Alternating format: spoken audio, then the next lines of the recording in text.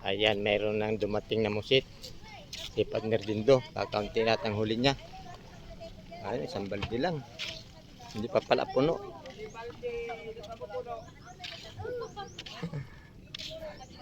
Hindi pa napuno yung balde ni Partner Dindo.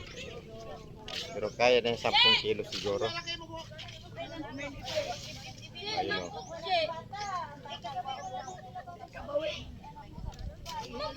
Bawi konsumo lang.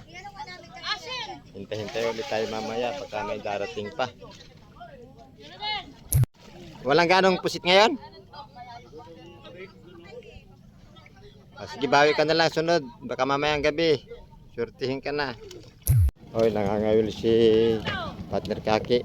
Tignan natin kung may nahuli na siya.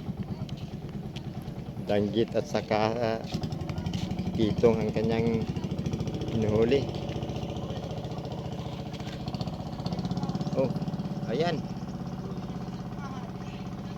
Libre pang ulam na. Uy, sayang hindi. Hindi nahuli. Uwi na, wala nang pain. Di bali oh. Ayos na yan, nakaulam ka na. O ayan mga kapatner, may dumating na naman bangka. Pero pa unti-unti talaga yung huling pusit ngayon, no? Kakaunti pa rin ang huli. Walang swerte ngayon ng mga mamusita yata. Tignan natin mamaya, baka may darating pa. O ayun, may paparating. Sana may huli naman yan. O ayan mga kapatner, pang 3 bangka na dumating ngayon. Yang may bangka yan si paring Andoy. Pero ganun pa rin, no? Sa tingin ko kakaunti pa lang huli mga kapatner. Dili na imo, ibalik na sa diyan. Hello, nasugod yung mukha niya, te. Ayun, no, sinasalok na nila. Dalit mo siya, be. Matugot siya wala kung dagat, sugat pa siya.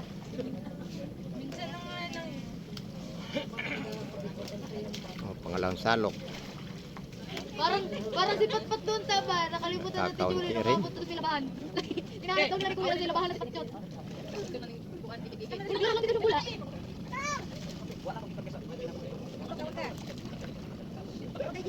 Dati ba, hilulis ito. Kami ka na? Bye-bye. Bye-bye. Kami na. Dalawa sa, tubig. Alam ko sila galit.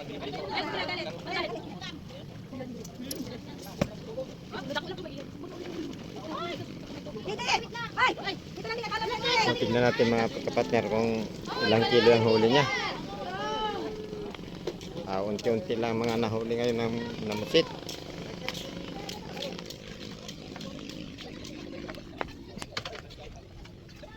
Tignan natin partner kung ilang kilo yan. O marami-rami din, medyo din yan 10.